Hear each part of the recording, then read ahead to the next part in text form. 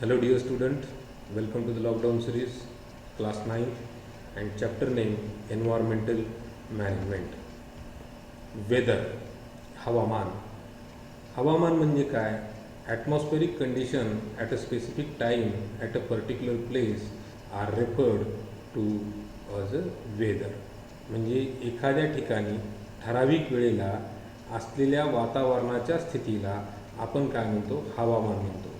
Weather depends upon the prevailing condition of the air. वातावरणाची ही स्थिती अशा विविध घटकावर अवलंबून असते आणि the climate it a particular region it average daily reading of a various weather related to the parameter recorded by several years. त्याचबरोबर हवामानाची स्थिती ठरवण्यासाठी आपल्याला भरपूर अनेक घट महत्त्वाचे असतात, पण त्याचबरोबर त्यावेळच्या हवामानाची ही हवेची त्यावेळची स्थिती काय आहे, त्याचबरोबर तिथल्या दैनंदिन घटकाच्या डेली रिडिंग्स ह्या सेव्हरल इयर्स म्हणजे खूप वर्षापर्यंत घ्याव्या लागतात आणि hence climate is a long term as a prominent condition of a atmosphere. म्हणजे आपण असं म्हणू शकतो की वातावरणाची दीर्घकालीन ही जी स्थायी स्थिती आहे याला आपण हवामान असं म्हणतो. म्हणजे बघा, हवामानाचा आपण अभ्यास करत असताना आपल्याला दोन गोष्टी इथं लक्षात घ्याव्या लागतील की एखाद्या ठिकाणचं हवामान आपल्याला जर प्रिडिक्ट करायचं असेल, सांगायचं असेल, तर आपली तिथल्या रिडिंग्स आणि तिथल्या हवेची स्थिती या दोन गोष्टीच्या आधारावर आणि ती किती तशी काळ टिकून आहे या दोन गोष्टीच्या आधारावर आपण तिथलं हवामान जे आहे ते सांगू शकतो. म्हणजेच आपण असं म्हणू शकतो की climate is a long term predominant condition of a atmosphere. Now climate oblique change in a weather. म्हणजे आपण म्हणू शकतो की हवामानातील बदल. Climate does not change continuously. हे क्लायमेट जे असतं म्हणजे ज्याला आपण असं म्हणतो की हे काही सारखं बदलत नसतं. Climate is that which remain constant in a reason for a long duration. आणि हे जे क्लायमेट आहे हे क्लायमेट काय असतं की एखाद्या रिजनमध्ये हे खूप काळापर्यंत हे तिथं टिकून असतं, तशाच पद्धतीनं तिथं असतं. So thus we see that weather is related to the specific location and a specific time, whereas climate is related to the longer duration and larger area. बघा, म्हणजे आपण असं म्हणू शकतो हवामान हे काय आहे, एखाद्या स्पेसिफिक लोकेशनशी आणि या स्पेसिफिक टाईमशी रिलेटेड असतं. पण क्लायमेट जे आहे ते तिथली जी लॉंगर ड्युरेशन म्हणजे दीर्घकालीन जे टिकून असतो आणि खूप मोठे येत असतो त्याला आपण तिथलं क्लायमेट आपण डिफाईन करू शकतो. Changes in a weather may occur for a short period of a time where the changes in a climate took place a slowly over a much long day. त्याचबरोबर आपण असं पण म्हणू शकतो की एखाद्या ठिकाणचं जे हवामान आहे, वेदर जे आहे ते काही काळाकरता बदलू शकतं, पण क्लायमेटला बदलायला मात्र खूप लॉंग ड्युरेशन किंवा खूप काळ लागतो. Climate plays very important role in our day to day life. आणि हे जे क्लायमेट आहे, हवामान जे आहे, हे हवामान आपण आपल्या जीवनामध्ये ह्या गोष्टीचा आपल्यावर खूप चांगला परिणाम असतो. विविध प्रकारे place the basic needs of food, clothing, shelter as well as a occupation. या क्लायमेटचा परिणाम आपल्या अन्नावर, आपल्या वस्त्रावर, आपल्या निवाऱ्यावर, त्या व्यवसायावर पण करू शकतो. Climate is specially important for Angarian country like India. Various climates like a direction of a speed of a wind, temperature, atmospheric pressure, etc. are considering during the construction of a runways, seaport, huge bridges and skyscraper. त्याचबरोबर ह्या climatic कंडिशनवर आपली हवेची speed असेल, तापमान असेल, हे factors various climatic factors like a direction are म्हणजे जे हवामानाचा जो दाब आहे ह्या सगळ्या कन्सिडर करून मोठे मोठे रनवे, सीपोर्ट्स असतील, ह्यूज ब्रिजेस म्हणजे मोठे मोठे पूल असतील किंवा स्काय स्क्रेपर खूप मोठे मोठे बिल्डिंग असतील, या सगळ्या गोष्टीचा आपण तिथं काय करावं लागतो, विचार करावा लागतो.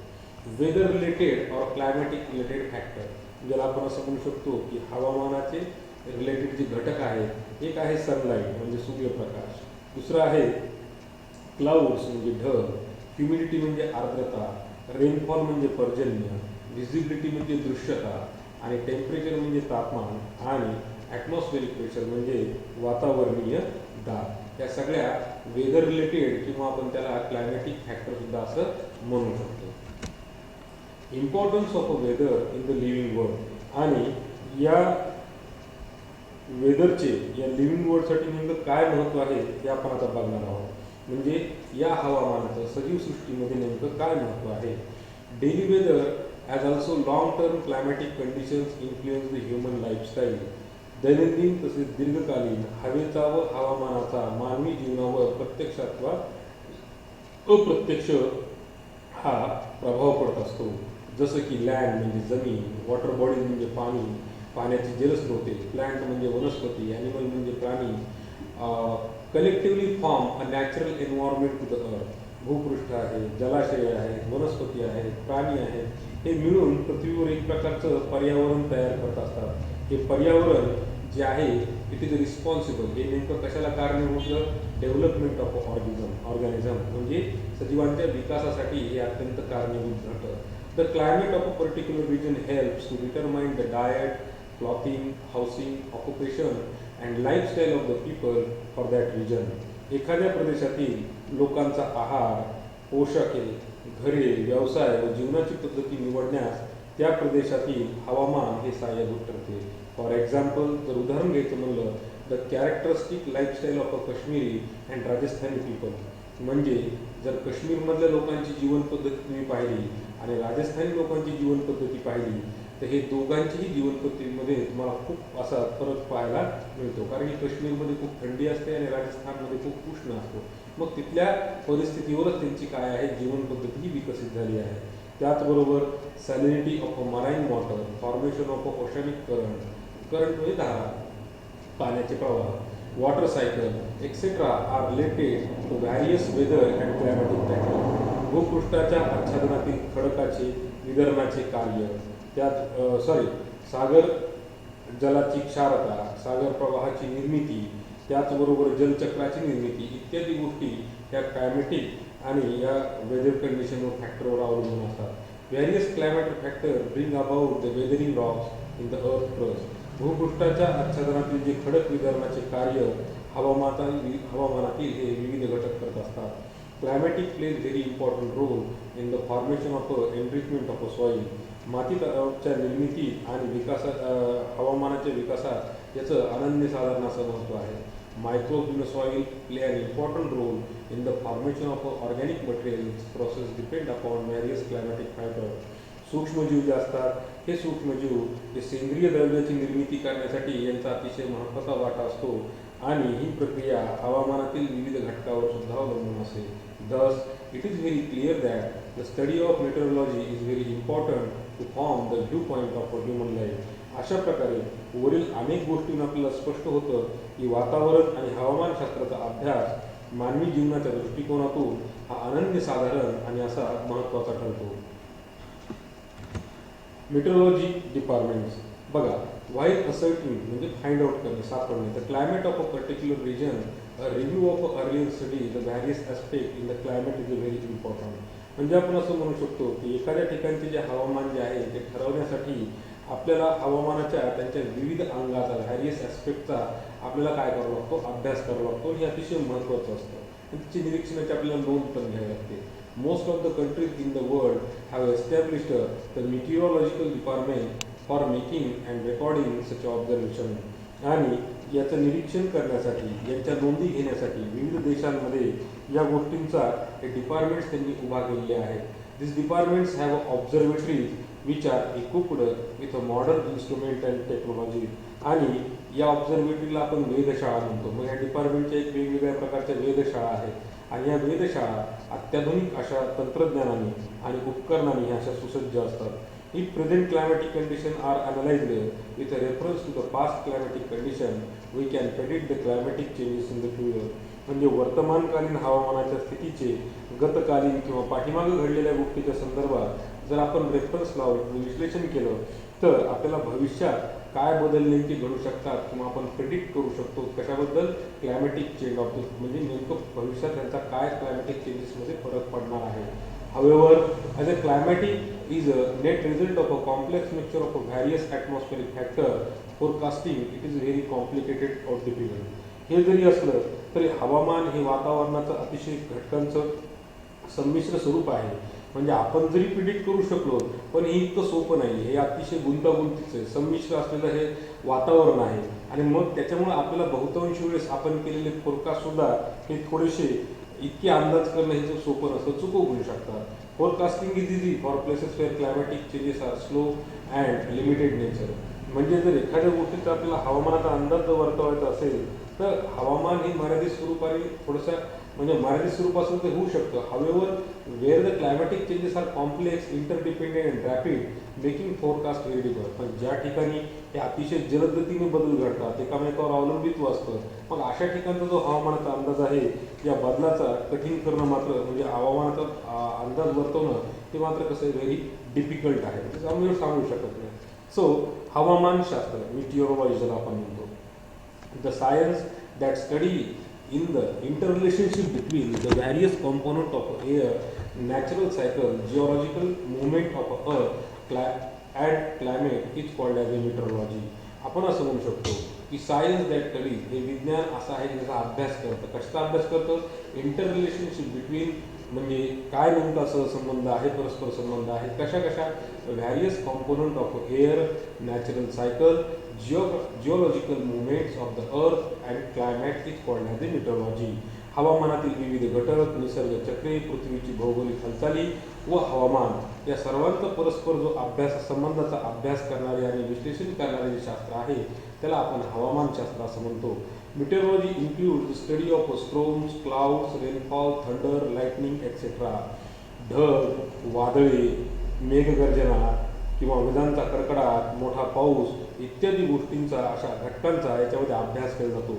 यावरून म्हणजे आपण असं म्हणतो depending upon the study of such a factor weather forecast is made. यावरून भविष्यातील हवामान बदलाचा अंदाज आपण व्यक्त करू शकतो. Very useful to common people. याचा उपयोग तुमच्यासारख्या सर्वसामान्याला आहे. फार्मर म्हणजे शेतकऱ्याला आहे, फिशरी म्हणजे जे मासेमारी व्यवसाय करणार त्यांना आहे, एव्हिएशन म्हणजे जे विमान सेवा करतात त्यांच्यासाठी आहे. त्याचबरोबर water transport and various other organisation, जलवाहतूक करणारे आणि विविध प्रकारच्या गोष्टींचा या हवामानाच्या अंदाजाचा त्यांना उपयोग आपल्या दैनंदिन जीवनात करता येतो. इन्स्टिट्यूट ॲट द वर्क म्हणजे हे संस्थेचं नेमकं कार्य काय? The world meteorological organisation was established by the United Nations Organization on 23rd March 1950. संयुक्त राष्ट्रसंघातर्फे 23 मार्च 1950 रोजी जागतिक हवामानशास्त्र संघटना या संस्थेची स्थापना करण्यात आली. या संस्थेचे कार्य अन्न सुरक्षा, जल व्यवस्थापन, दळणवळण यासाठी यांचे अत्यंत कार्य महत्त्वाचं मानले गेले. It plays very important role in a food security and water management. Use of ICT म्हणजे हे अभ्यास करण्यासाठी तुम्ही थोडासा कम्प्युटरचा वापर करा. याचा वापर ICTचा वापर करून तुम्ही काय करा की सर्च इंजिनचा वापर करून तुम्ही world meteorological department organisation WMO, Indian institute of tropical meteorology IITM, national oceanographic and atmospheric administration NOAA या गोष्टींची तुम्ही माहिती घ्यायला काही हरकत नाही आणि त्याच्यावर तुम्ही तुमच्या वहीमध्ये माहिती लिहा. इंडियन मेट्रोलॉजिकल डिपार्टमेंट भारतीय हवामान खाते. The Indian Meteorological Department was founded by the British in 1875 at Shimla. भारतीय हवामान खात्याची स्थापना 1875 मध्ये ब्रिटिशांनी शिमला येथे केली. Its head office at Pune and regional office at Mumbai, Kolkata, Chennai, Nagpur and Delhi. याचं मुख्य ऑफिस पुणे येथे असून त्याची जी विभागीय कार्यालय आहे ती मुंबई, कोलकाता, चेन्नई, नागपूर, दिल्ली या ठिकाणी आहे. Maps are prepared every day which indicate the daily prediction about the weather.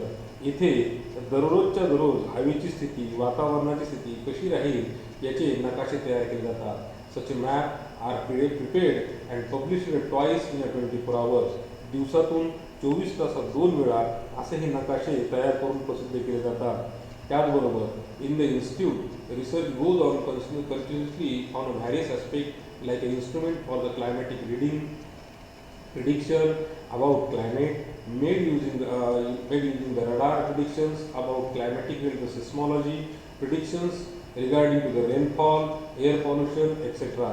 बघा याच्यामध्ये रडारच्या साहाय्याने हवामानाच्या म्हणजे ॲक्च्युली वेगवेगळे जे इन्स्ट्रुमेंट वापरतात ते इन्स्ट्रुमेंट म्हणजे क्लायमॅटिक रिडिंग करणारे इन्स्ट्रुमेंट वापरणे त्याचबरोबर रडारच्या साहाय्याने क्लायमॅटिकमध्ये असणाऱ्या बदलाचं प्रिडिक्शन करणे, त्याचबरोबर सिस्मॉलॉजी म्हणजे सायन्स ऑफ अर्थक्वेक म्हणजे अर्थक्वेक बद्दल या क्लायमेटबद्दल म्हणजे अर्थक्वेक कधी येईल, काय येईल, त्याचा परिणाम क्लायमॅटिकवर काही दिसतोय का किंवा त्याच्यात बदल झाल्यानंतर काही आपल्याला जाणवत आहे का, याचं सुद्धा प्रिडिक्शन करणे.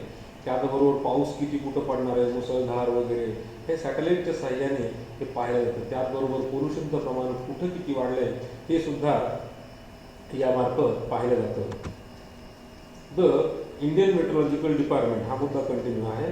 The Indian meteorological department provides an important information regarding the weather and climatic condition to other department like aviation, shipping, agriculture, irrigation, marine oil exploration and production. त्याचबरोबर भारतीय हवामान खात्यातर्फे विमान उड्डयन खाते, नौकायान खाते, शेती, पाटबंधारे खाते, समुद्रातील तेल संशोधन व उत्पादन करणाऱ्या यांच्या संस्थेचा समावेश होतो. त्याचबरोबर prediction regarding climatic like a dust storm, sandstorm, heavy rainfall, hot और कोल्ड वेव्ह, सुनामी एक्सेट्रा. त्याचबरोबर धुळीची वादळे, वाळूची वादळे, मुसळधार पाऊस, उष्णता आणि थंडीची लाट, सुनामी इत्यादी गोष्टींची संकटपूर्व सूचना आपल्याला यातून मिळू शकते. So etc. are committed in the marriage department. All types of mass communication media to all citizens. For this purpose, India has launched several satellites equipped with the high technology. असं म्हणू शकतो आपण की या उच्च तंत्रज्ञानाचा वापर करून आपण ह्या ज्या संकटपूर्व सूचना आहेत आणि त्याचबरोबर आपलं जे प्रसिद्धी माध्यम आहे हे आपण त्यांच्यापर्यंत पोहोचू शकतो आणि हे जनरल जे पीपल्स असतात, सिव्हिलियन पीपल सिटिझन्स असतात, यांना याची माहिती आपल्याला मिळते. आणि याच्यासाठी अतिशय high class technology, satellite technology वापरली जाते. Observation at a several location are doing excellent work in the analysis of information received by this satellite. त्याचबरोबर मिळालेल्या माहितीचे पृथक्करण, विश्लेषण करण्यासाठी भारतात आपल्याकडे एक्सलंट अशा ऑब्झर्वेटरीज किंवा वेधशाळा आहेत ज्याचा सॅटेलाईटचा सुद्धा आपण त्याच्यामध्ये वापर करत असतो. Monsoon model and climatic prediction. मान्सूनचे प्रारूप आणि हवामानाचा अंदाज.